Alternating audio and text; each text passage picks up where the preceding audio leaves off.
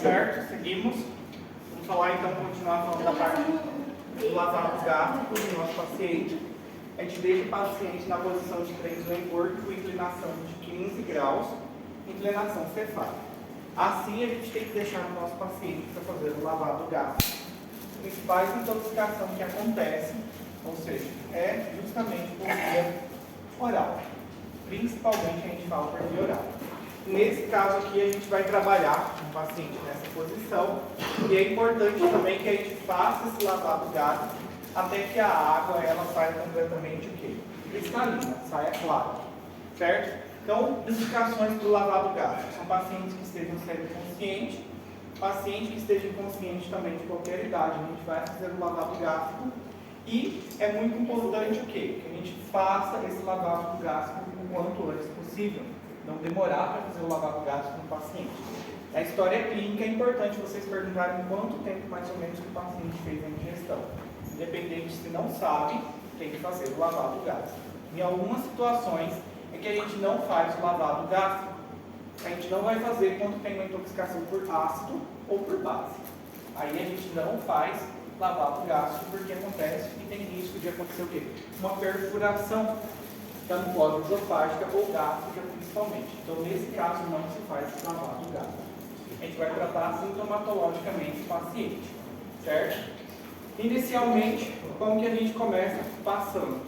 O paciente ele tem que estar nessa posição e a gente tem que fazer a sucção também. E esse processo da lavagem, o paciente nessa posição, a gente tem que fazer a sucção também. Então, a gente vai começar com uma dosagem de 100 a 150 ml de solução salina e a gente vai seguir aí de 4 a 5 litros. Vai passar tudo isso no meu paciente. Ou até que a água saia o quê? O líquido esteja saindo, retornando, seja completamente o quê? Limpo, limpinho, sem nenhum odor. Essa é a nossa intenção com a lavagem gástrica. Porém, quando a gente estiver passando na quarta vez a nossa lavagem gástrica, a gente já pode adicionar o que a gente fala que é o carvão ativado. O carvão ativado ele é um absorvente. A intenção é que ele se pregue, ou seja, ao nosso tóxico e não permita que ele seja absorvido pela minha mucosa. Então essa é a intenção da gente passar carvão ativado no nosso paciente. A gente passa o carvão ativado também, mais ou menos lá quando você estiver na última lavagem de sua gástrica, você vai passar o carvão ativado. E como que normalmente a gente faz com o carvão ativado? Em criança é 1 grama por quilo em uma suspensão com água ou soro fisiológico na proporção de 4 a 8 ml por cada grama. Então, você vai diluir o seu carvão ativado ou em água ou em soro fisiológico. Já no adulto são 50 gramas em 250 ml de água ou soro fisiológico. Que quando a gente estiver na última passagem, quando a gente estiver passando na quarta vez, 4 de 4, também passando, a gente pode associar o quê? Um catártico. A gente pode associar um catártico. Por que a gente precisa associar um catártico quando a gente passa carvão ativado? Não. O que o catártico faz?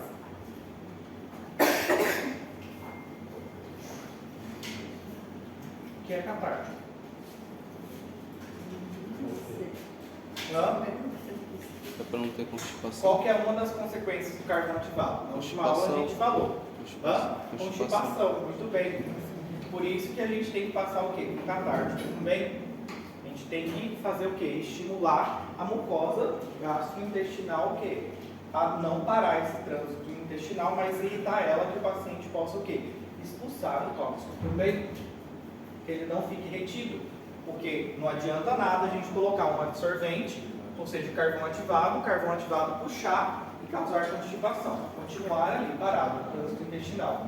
Então a gente precisa usar um catártico para que ele possa o quê? Evacuar. E aqui a gente utiliza os catárticos de característica o quê? Osmótica, água, que é justamente qual?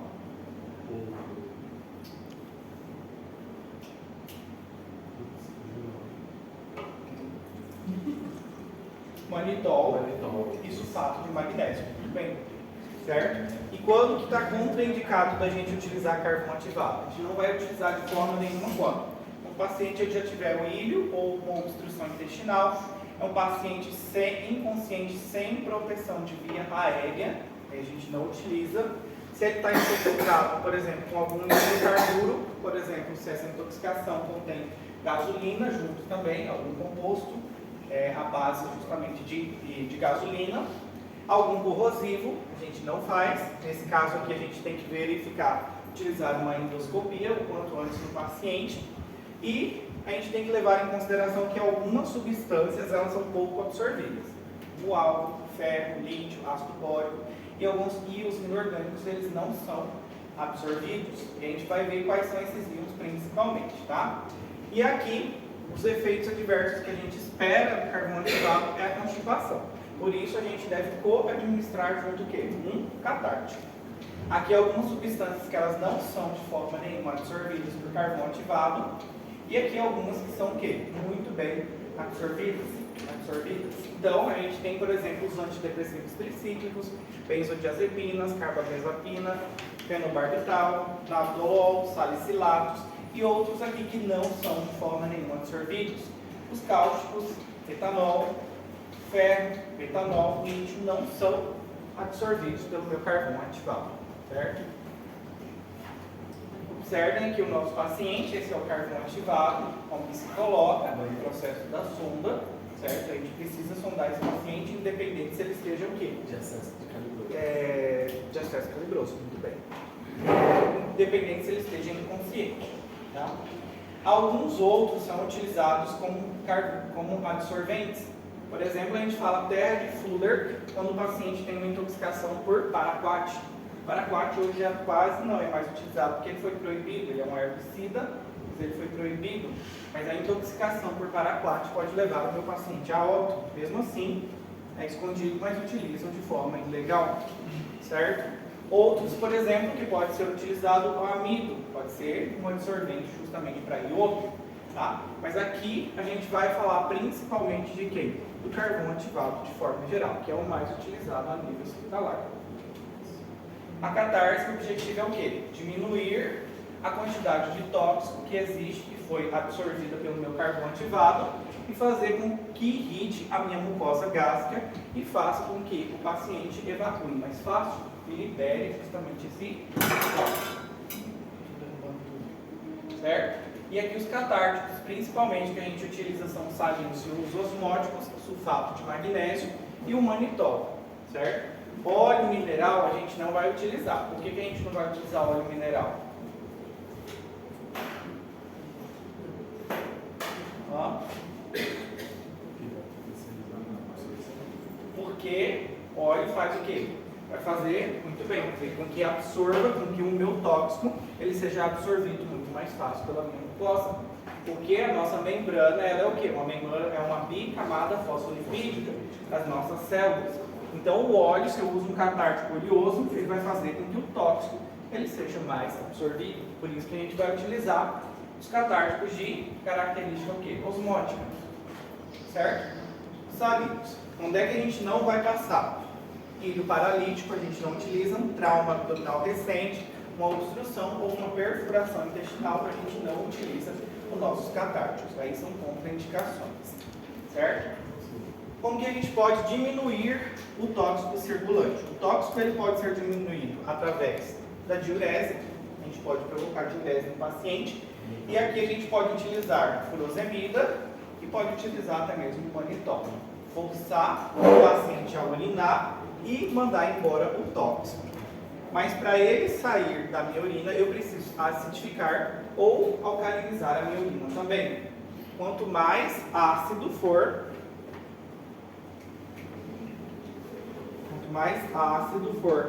o meu tóxico, eu tenho que fazer o quê? Alcalinizar. Muito bem. Alcalinizar. Eu vou alcalinizar e quando eu alcalinizo o meu tóxico, vai fazer o quê? Com que ele neutralize. E faça com que ele seja um composto mais hidrossolúvel e ele possa ser excretado muito mais fácil. Excretado, eliminado. Certo?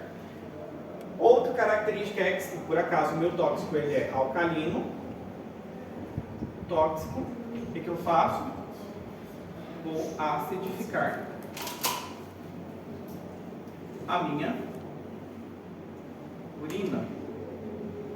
Eu acidifico ela, vai fazer o mesmo processo, neutralizar, deixar em um composto mais hidrossolúvel e vai fazer com que saia mais fácil. Então, um dos métodos é provocar a diurese, alcalinizar e acidificar a urina. Pode ser uma opção. Como é que a gente pode acidificar a urina? Vitamina C. Vitamina C. Basificar ela, deixar alcalina. Mas a dose de vitamina C, no caso, a dose. A dose pode ser 1 grama. Não tem problema. Normal, então. Normal. E para basificar, o que a gente utiliza? Bicarbonato? Bicarbonato, certo? Bicarbonato que a gente vem utilizando normalmente para fazer esse processo. Uma opção, mas é somente em alguns casos, seria a hemodiálise. Quando existe uma dificuldade no meu rim ou o tóxico é muito agressivo, eu posso utilizar a diálise para remover o tóxico também. Então, de opção, a gente tem que provocar a diurese, acidificar ou alcalinizar. Hemodiálise é uma opção, só que aqui a diálise a gente vai reservar somente alguns tipos de intoxicação. Então, é sempre que a gente vai utilizar o quê? A diálise, tá bem? Então, por exemplo, pode ser uma polintoxicação, um tóxico sem tipo de antídoto, certo? Uma insuficiência renal já nesse paciente. Aí a gente pode optar justamente pela hemodiálise. Cada caso, um caso, tá bem? Aqui é mostrando somente alguns antídotos que a gente vai trabalhar. Por exemplo, acetaminofeno, que é o paracetamol. O antídoto é acetilcisteína. Atropina, orgânicos fosforados, os carbamatos. O antídoto a gente vai utilizar é a atropina. Ácido fólico, em caso de metanol, a gente pode utilizar. O BAL, por exemplo, a gente utiliza, no caso de intoxicação, por arsênio, mercúrio, plumo, principalmente por chumbo, a gente vem utilizando. E aqui vários outros antídotos também, tá? Para depois vocês darem uma olhadinha, só a nível de curiosidade, por quê? A gente vai falar deles separadamente ainda, tá bem? Aqui também para vocês darem uma olhadinha, não vou falar porque a gente vai falar separadamente.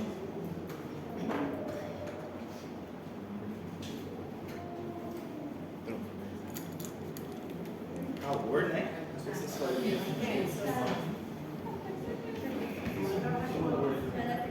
As férias desse ano foi aí, doutor? aonde? Corta no celular. Não. Não. Só no da minha casa. Lá de casa. Na casa dele.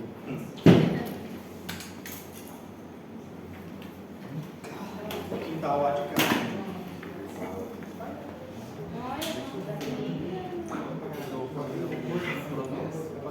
Pra colocar a mesa reta. É, sim. Intervalo, acho que a gente fez um. Hã? Intervalo a gente podia, né?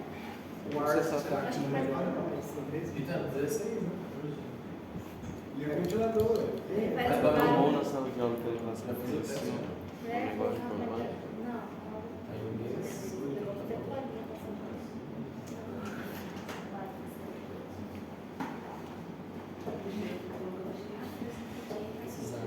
Quer ligar o ventilador? Dá, não. Dá. Dizendo os meninos que faz a bala demais.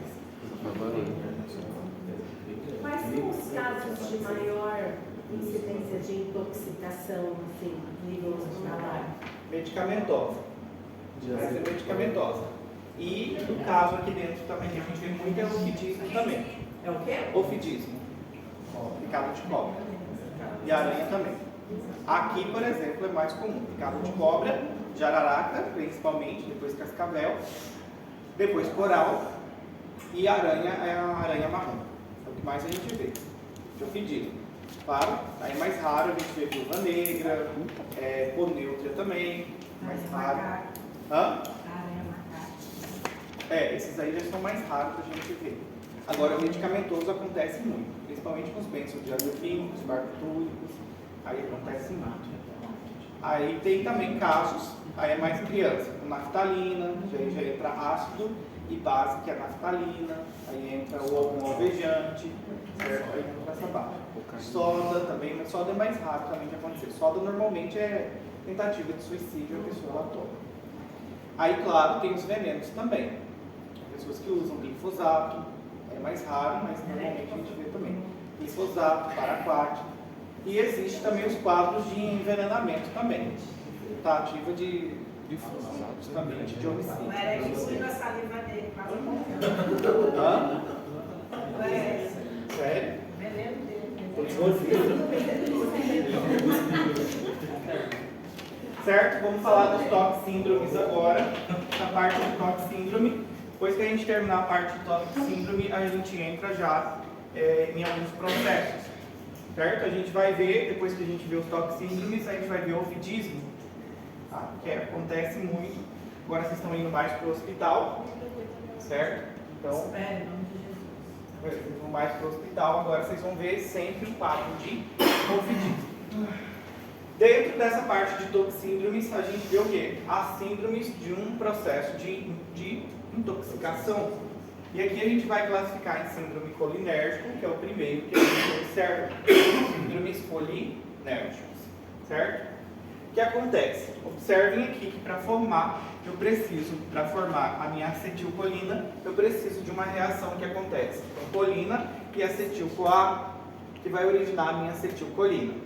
A acetilcolina ela é um neurotransmissor e ela participa em quase praticamente todos os processos fisiológicos no meu corpo. Então, a ação colinérgica ela vai se dever diretamente a um processo onde a minha acetilcolina ela é liberada, ela vai se ligar em um receptor, que a gente fala receptores colinérgicos, e ela vai se manter ligada. Isso que vai levar à minha intoxicação, que eu falo de forma colinérgica. Isso se deve porque a acetilcolina, o que é normal, fisiológico acontecer no nosso corpo, é que ela venha, se ligue num receptor, produza um efeito, estimule, envie o sinal e ali, a partir dali, se for autônomo ou se for, por exemplo, no nosso sistema autônomo, quem que a gente tem no sistema nervoso autônomo, principalmente? A gente tem influência de quem? Essa é a parte que vocês falam.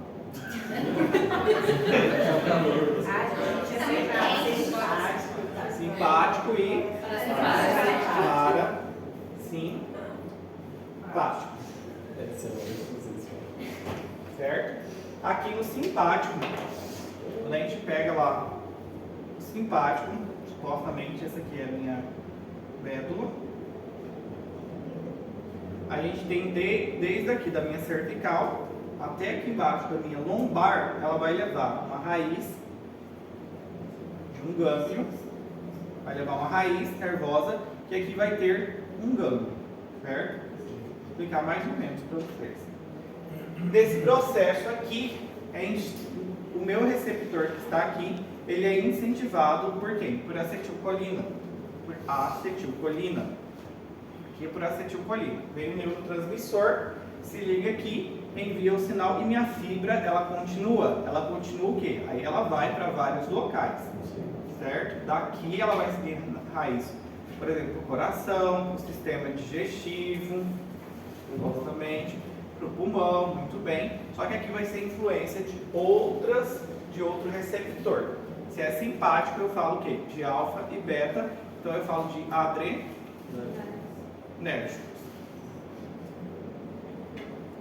Influência dos meus receptores adrenérgicos. E aqui eles têm alfa 1, alfa 2, beta 1, beta 2 e assim sucessivamente. O simpático a gente fala também que é o que? Luta e fuga. Certo? Por quê? Aqui no simpático ele é ativado, principalmente quando a gente precisa o quê? Lutar ou fazer um processo de fuga. Vou colocar uma imagem que vocês vão visualizar melhor do que o meu desenho.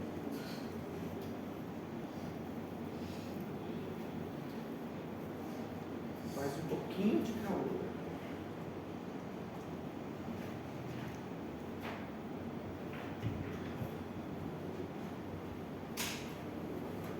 Mas faz tanto barulho assim esse ventilador? Acho que não, né, gente? Um pouquinho. Liga aí. Se quiserem tentar ligar assim. Mas só se quiser. Se quiser.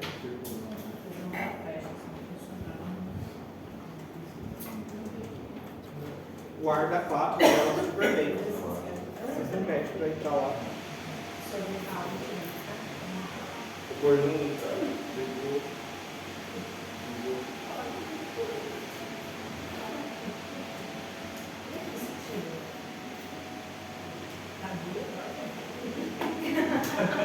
Eu acho que não vai mudar em nada no vento. Não, aqui, por exemplo.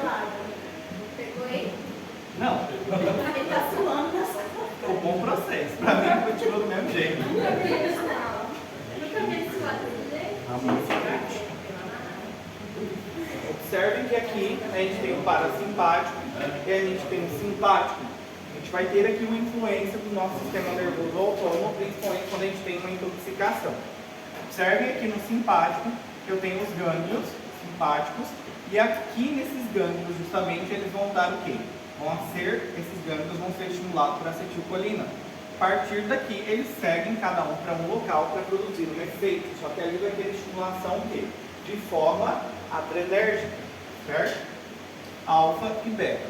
Já no simpático, eles saem diretamente. Uma porção sai dos pares cranianos e a outra porção ela sai do sacro, certo?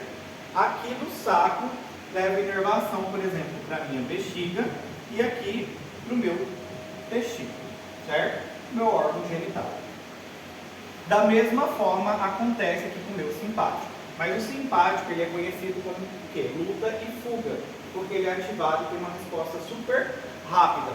É um sistema difuso por todo o meu corpo. Já o parasimpático, a gente fala que ele é um sistema de relaxamento.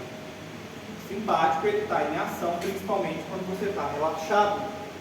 Por exemplo, quando você vai correr, vem uma vaca atrás de você, ou você saiu para a rua, vê que está vindo alguém numa moto, muito devagar e vai te assaltar, o que você faz? Simpático ativa. Pupila dilata, inibe a salivação, relaxa os brônquios porque você precisa correr, abre muito mais os brônquios porque precisa entrar mais ar, bateu na carreira, acelera os batimentos cardíacos, inibe a atividade tanto do estômago e do meu pâncreas, porque não precisa ele funcionar agora. Começa uma estimulação, principalmente a nível hepático, para a liberação de glicose. Eu preciso correr de energia. Muito bem. Estimula, então, a produção mais ainda pela minha glândula suprarrenal de adrenalina e noradrenalina, libera mais ainda, relaxa a bexiga e aqui promove a ejaculação. Claro, esse sistema da ejaculação não vai acontecer nesse momento, né? Para correr. Normalmente fala-se que é distinto parasimpático do simpático, mas isso não é fato. Às vezes eles trabalham junto. Por exemplo, nessa parte, por exemplo, quando a gente fala da ejaculação aqui, eles trabalham junto. O parasimpático ele promove, por exemplo, a ereção. Já o meu simpático ele faz o quê? Promove a ejaculação.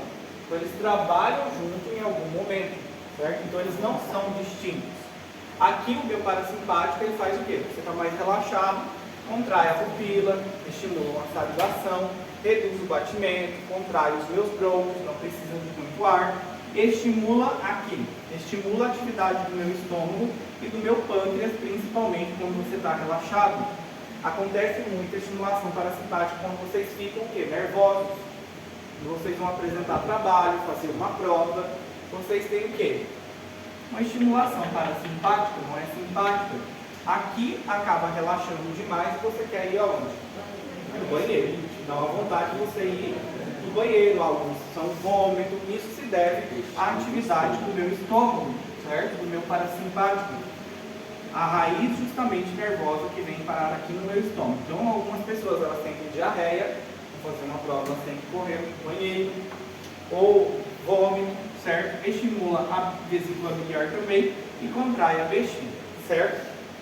Então, praticamente aqui a gente vai ver a ação da nossa, ou seja, quando a gente fala dos processos de intoxicação, a gente vai ver que quando acontece uma ligação no meu receptor e ela se mantém ligada. No caso, quando a gente fala principalmente dos nossos síndromes,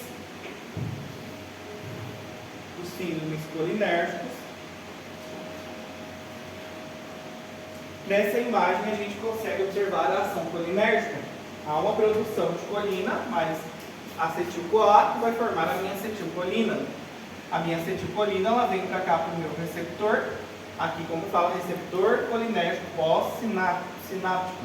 Ou seja, se liga aqui e vai produzir o quê? Um estímulo. Produziu esse estímulo, tem que ser liberada. Quem faz esse papel? A colinesterase. A colinesterase, ela vem aqui e degrada a minha acetilcolina e transforma novamente em quem? Em colina e acetil-CoA, certo? E esse processo é assim sucessivamente.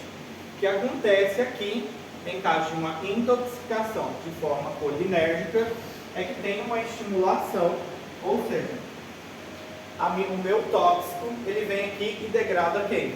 A minha colinesterase. O meu tóxico, ele age diretamente aqui, inibe então a ação da minha colinesterase. Ou degrada ela, ou inibe dela vir aqui e fazer o quê? Se ligar à minha acetilcolina, degradar ela e que ela pare de enviar o quê? O comando. Se não acontecer esse processo, a pessoa ela vai continuar o quê? A fibra vai continuar estimulando. A acetilcolina ela continua ligada. Então ela continua enviando comando. E diferente em caso de uma intoxicação, quando a gente fala por um síndrome colinérgico, o paciente vaza água por todos os orifícios. Isso que a gente fala. O paciente, quando ele tem uma ação colinérgica, ele tende a vazar água por todos os orifícios. Diferente de uma ação anticolinérgica, em que é um paciente seco. Tá? Isso é a principal diferença para que vocês possam se recordar. Por exemplo, aqui a gente vê a nossa acetilcolina e alguns receptores aonde ela pode se ligar. Por exemplo, aqui quando a gente fala um ionotrópico e metabotrópico, quando a gente fala desses dois tipos de receptores, quando eu falo de um receptor ionotrópico, é que, por exemplo, aqui eu tenho a minha célula e aqui eu tenho um canal, uma proteína aqui, certo? E aqui vem o meu fármaco, o meu princípio ativo, o meu ligante endógeno para se ligar aqui diretamente. Quando ele se ligar aqui, vai fazer o quê? Vai abrir diretamente um canal para a minha célula. E isso vai fazer com que ou despolarize ou hiperpolarize a minha célula, gerando uma resposta de forma fisiológica. Certo? Até aí?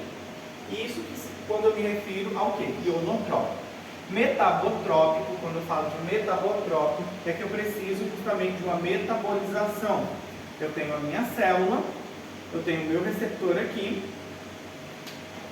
o meu ligante ele vem, se liga no meu receptor e vai produzir o quê? Uma conformação. O meu receptor aqui ele é ligado a uma proteína internamente. Essa proteína, por exemplo, no caso ali fala aqui de proteína G, ela contém 3 estruturas ligadas com ela, que é uma alfa, uma beta e uma gama. No momento em que se liga aqui, fez essa ligação, causa uma conformação no meu receptor, ali dentro. E essas estruturas, elas se separam e aqui, a partir dessas estruturas, gera um segundo mensageiro. Esse segundo mensageiro é que vai fazer o quê? Enviar um sinal interno na minha célula, vai produzir uma transcrição de gene ou uma fosforilação e vai ter o quê? Gerar uma resposta na minha célula. Então aqui a gente vê alguns casos, por exemplo, de alguns receptores, acetilcolina, onde ela pode se ligar, e quais tipos de receptores principalmente que ela pode se ligar e produzir um efeito, certo? Aqui, então, os sintomas colinérgicos eles são causados pela atividade excessiva da acetilcolina.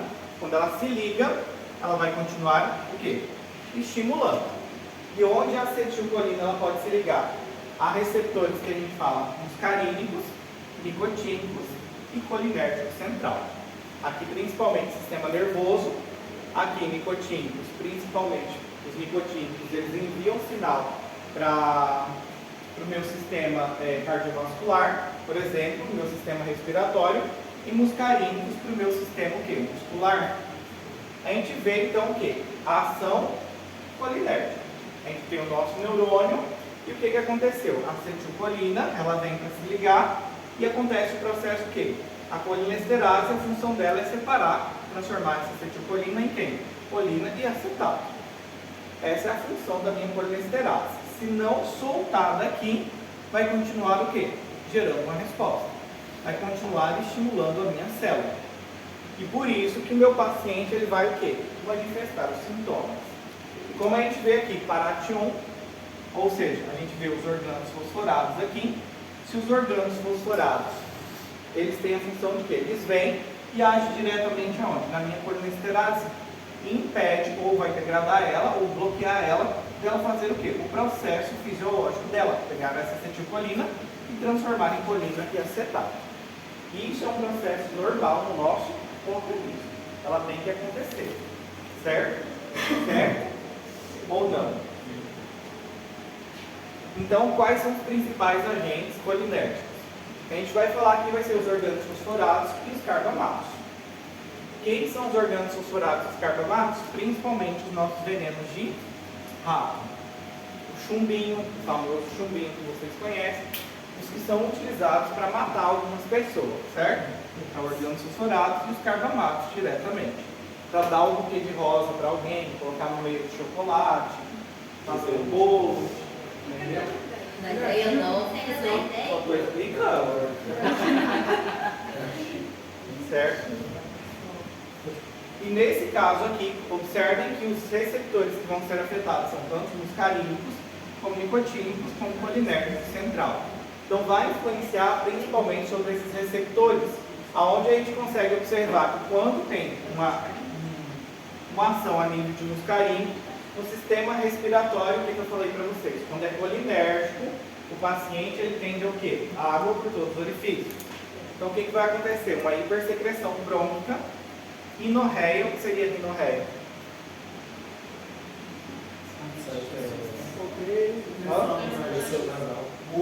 Muito o quê? Secreção nasal. Muito bem. Isso, eu vou ficar. Glória a Deus. Gastrointestinal que esse paciente tem, ele vai manifestar o quê? Náusea, vômito, diarreia, pode ter tenesmo, que seria tenesmo? Hã? Como? Esse não sabe. Não sei. Tenesmo, quem vai? Aqui o tá dormindo. Né? O outro vai ficar. Está num sono profundo ali. Tem mais? Vontade. Exatamente. Quando a gente fala tenesmo, vocês têm que focar na história clínica de vocês. Perguntar se o paciente está indo ao banheiro, ele pode falar que ele tem desejo de evacuar, mas ele não consegue. Isso é tenesmo. Dor e cólica abdominal, incontinência fecal. Se o paciente está vazando água por todos os orifícios, as glândulas dele vão estar como? Igual as minhas, né? Cialodeia, sudorese, o paciente vai estar lacrimejando, certo? Então, água por todos os orifícios. A nível cardiovascular, o paciente vai apresentar o quê? Se for influenciado pelo receptor muscarínico, bradicardia e hipotensão. Nos olhos, o paciente pode ter uma miose, o paciente pode ter visão curva, uma irritação também do quê? Da conjuntiva. E principalmente o quê? Que deve ao aumento da atividade parasimpática quando a gente fala dos nossos muscarínicos. Agora, quando eu falo nicotínico, eu falo de músculo esquelético. O paciente vai ter o quê? Fasciculações, fraqueza muscular, cãibra, paralisia, tremor. Se afetar o sistema cardiovascular, ele vai ter taquicardia, hipertensão e também vai apresentar o quê? Palidez. A nível do sistema nervoso central, o que o paciente pode ter? Cefaleia, ansiedade, o paciente fica inquieto, apático, pode ter labilidade emocional, ou seja, algum transtorno emocional, insônia, sonolência, a voz fica mais pastosa. Então, tudo depende do quê? Do receptor aonde a minha acetilcolina está se ligando e ficando fixa. Lembrando que principalmente a gente tem o quê? Os três aqui, os carínicos, nicotínicos e colinérgicos. E qual seria o nosso antídoto nesse caso? Para tratar o paciente? Sulfato de atropina. Qual seria a função do sulfato de atropina? Inibe de forma competitivamente os efeitos de origem muscarínicos, não nicotínicos, e então não teria uma ação aqui sobre os receptores nicotínicos, mas sim sobre os muscarínicos. Então inibe de forma competitiva a acetilcolina. E isso daqui a gente vai fazer no nosso paciente até o que a gente fala o quê? O paciente ele seja atropinizado. E o que seria atropinizado? Então, se aqui eu tenho a minha acetilcolina, ela vai se ligar ao meu receptor. A acetilcolina ela vem e se liga ao meu receptor.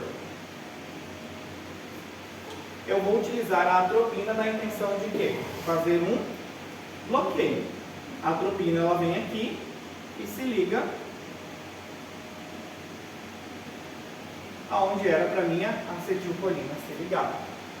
Certo? Por quê?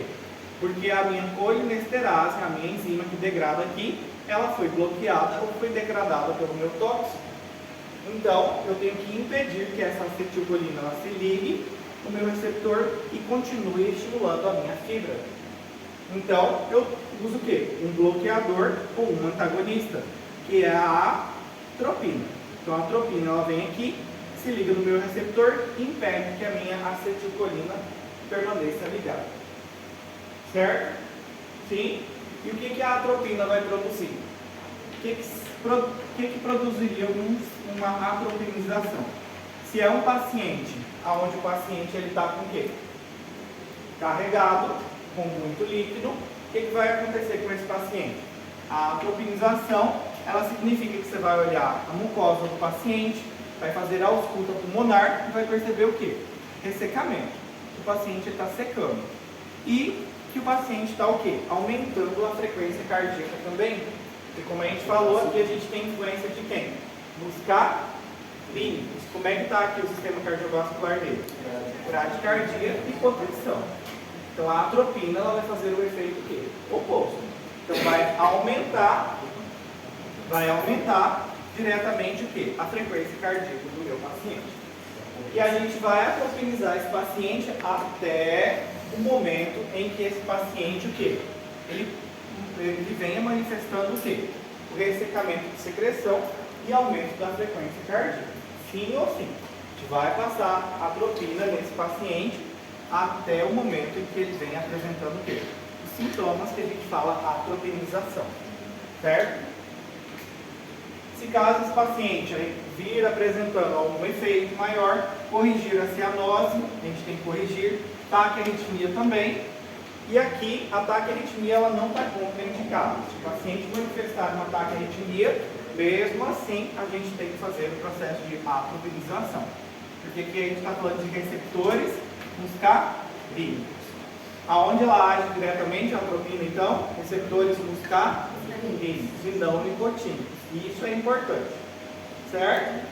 A ação da atropina é competitivamente sobre os receptores muscarínicos e não nicotínicos. Certo? Tá bom, então. 5 minutos você bebeu água, fazer um xixi, pegar um ar.